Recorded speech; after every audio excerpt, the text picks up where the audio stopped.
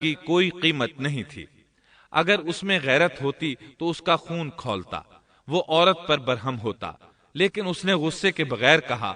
آیت 29 میں ہے، یوسف اعرض عن هذا واستغفری لذنبک انک کنت من الخاطئین۔